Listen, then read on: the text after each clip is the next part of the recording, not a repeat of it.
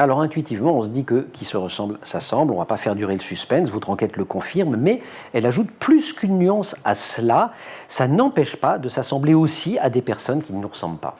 Tout à fait. Je dois dire que j'étais assez surpris par ce résultat. L'idée que qui se ressemble s'assemble, ce qu'on appelle l'homophilie, c'est le terme barbare, c'est quelque chose qu'on attend systématiquement en sociologie, qui est très classique comme résultat, et donc je m'attendais à avoir des établissements où les réseaux d'amitié allaient être très fragmentés, très segmentés selon l'origine sociale.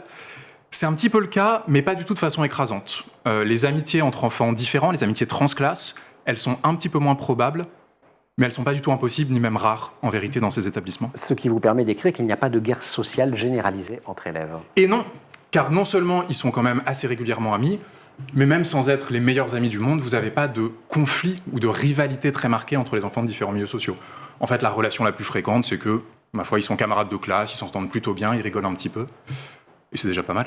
Pourquoi c'était spécialement intéressant pour vous, en tant que sociologue, de regarder cette question-là au niveau du collège ? Parce que le collège, c'est en fait un des rares moments de la vie dans nos sociétés où on croise beaucoup de personnes socialement éloignées de nous. Chez les adultes, il y a beaucoup d'homophilie sociale. Je ne sais pas si vous avez ou si j'ai énormément d'amis qui viennent d'un milieu ouvrier, employé, etc. Mais ça s'explique assez facilement, c'est parce que les gens se croisent. Et à contrario, dans les milieux ouvriers, etc., qui n'ont pas forcément beaucoup d'amis sociologues ou journalistes. Universitaires, voilà. Tout à fait. Mais parce qu'on ne se croise pas énormément, on ne travaille pas aux mêmes endroits, on ne vit pas dans les mêmes quartiers, on ne va pas dans les mêmes clubs d'activité, on ne part pas aux vacances aux mêmes endroits.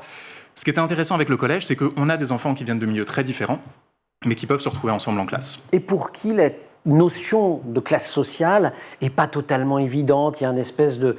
Ils pressentent bien ces choses-là, et encore, il y a des pièges. Par exemple, avoir des baskets qui coûtent très cher aux pieds, ça ne veut pas forcément dire que les parents sont riches, etc. Donc, ce n'est pas vraiment leur sujet, en fait. Non, c'est encore assez confus pour eux, la perception des hiérarchies sociales. Vous avez raison, ils sentent bien qu'il y a quelque chose qui se passe, ils le voient à la télé, dans les séries, etc. Mais dans leurs relations les uns avec les autres, ce n'est pas du tout quelque chose qui est écrasant.